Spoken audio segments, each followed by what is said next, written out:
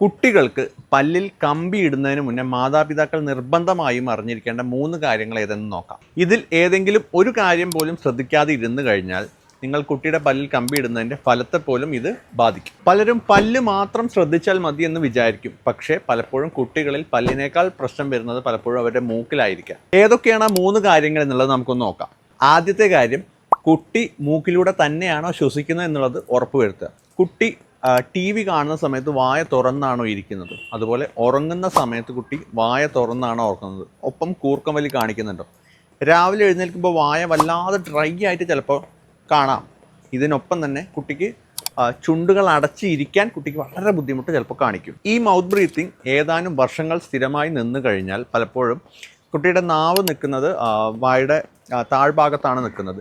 ഇങ്ങനെ വരുന്ന സമയത്ത് വായ തുറന്നു തന്നെ ഇരിക്കുകയും ഒപ്പം തന്നെ നമ്മുടെ താടിയെല്ലാം കുറച്ചുകൂടെ മുന്നോട്ടേക്ക് വരികയും പല്ലുകളുടെ അലൈൻമെൻറ്റിൽ ഇഷ്യൂ വരികയും പല്ലുകളുടെ ഇടയിലുള്ള സ്പേസിലും പ്രശ്നങ്ങൾ ഉണ്ടാവാൻ സാധ്യതയുണ്ട്. അതുകൊണ്ടാണ് ഇങ്ങനെ വായിലൂടെ ശ്വാസം എടുക്കുന്ന കുട്ടികൾക്ക് പലപ്പോഴും പല്ലിൽ അലൈൻമെൻറ്റ് ഇഷ്യൂ വരുന്നതും ക്രൗഡഡ് ആയിട്ട് വരുന്നതും ഒപ്പം നിർബന്ധമായിട്ടും ബ്രേസസ് ഇടേണ്ട ഒരു അവസ്ഥ എത്തുന്നത്. കുട്ടികളുടെ പല്ലിൽ കമ്പി ഇടുന്നതിന് മുമ്പ് കുട്ടി കൃത്യമായിട്ട് മൂക്കിലൂടെയാണ് ശ്വസിക്കുന്നതെന്ന് ഉറപ്പാക്കേണ്ടിയിരിക്കുന്നു. രണ്ടാമത്തെ കാര്യം, കുട്ടിക്ക് സ്ഥിരമായ മൂക്കടപ്പ്.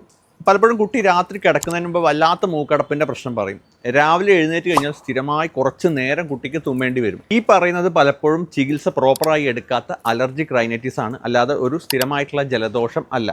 ഇങ്ങനെ വരുന്ന സമയത്ത് കുട്ടി മൂക്കടഞ്ഞ് തന്നെ ഇരുന്ന് കഴിഞ്ഞാൽ കുട്ടി വായിലൂടെ ശ്വാസം എടുക്കാൻ തുടങ്ങുകയും കുട്ടിയുടെ പല്ലിലെ അലൈൻമെൻറ്റിലും അതുപോലെ തന്നെ ക്രൗഡഡ് ആയി വരാനും ഒക്കെ സാധ്യത വളരെ കൂടുതലാണ്. ബ്രേസസ് ഇടുന്ന സമയത്ത് കുട്ടിയുടെ പല്ലിൻ്റെ സ്ഥാനം മാറ്റാൻ സഹായിക്കും. പക്ഷേ ഇതുണ്ടാക്കുന്ന കാരണം, അതായത് മൗത്ത് ബ്രീത്തിങ് അവിടെ തന്നെ നിൽക്കുകയാണെങ്കിൽ ഈ ട്രീറ്റ്മെൻറ്റ് എടുക്കുന്നത് എഫക്റ്റീവ് ആവില്ല. ഒപ്പം തന്നെ വീണ്ടും ഇതേ ഇഷ്യൂയിലേക്ക് വരാനും സാധ്യത കൂടുതലാണ്. മൂന്നാമത്തെ കാര്യം, പല്ലിൽ കമ്പി ഇട്ടതിന് ശേഷവും അലർജി ഉണ്ടെങ്കിൽ അത് കൃത്യമായി നിയന്ത്രിക്കണം. ബ്രേസസ് ഇട്ട് കഴിഞ്ഞിരുന്ന സമയത്ത് പല്ല് തന്നെ വൃത്തിയാക്കി കൊണ്ടു നടക്കാൻ വളരെ ബുദ്ധിമുട്ടാണ്. അതിൻ്റെ കൂടെ കുട്ടിക്ക് അലർജി കാരണം വായ തുറന്ന് ഉറങ്ങുന്ന സമയത്ത് വായ കൂടുതൽ ഡ്രൈ ആകും. സാധാരണ ഉമിനീരിൻ്റെ ഡ്യൂട്ടി എന്ന് പറയുന്നത് പലപ്പോഴും പല്ല് ക്ലീൻ ആക്കി വെക്കുകയും പല്ലിൻ്റെ ഇടയിലുള്ള ഭക്ഷ്യവസ്തുക്കൾ ഉണ്ടെങ്കിൽ അതിന് കളയാനും സഹായിക്കും.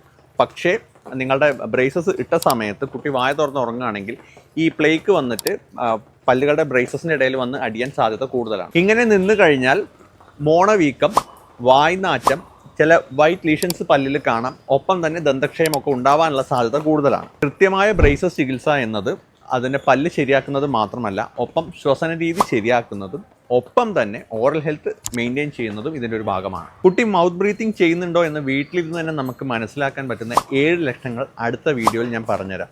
ആ വീഡിയോ കാണാൻ വേണ്ടി ഇപ്പോൾ തന്നെ ഈ പേജ് ഒന്ന് ഫോളോ ചെയ്യുക. അഡിനോയിഡ് കാരണം ബുദ്ധിമുട്ടുന്ന കുട്ടികളുടെ പാരൻസിന് വേണ്ടിയിട്ട് ഈ വീഡിയോ ഒന്ന് ഷെയർ ചെയ്യുക.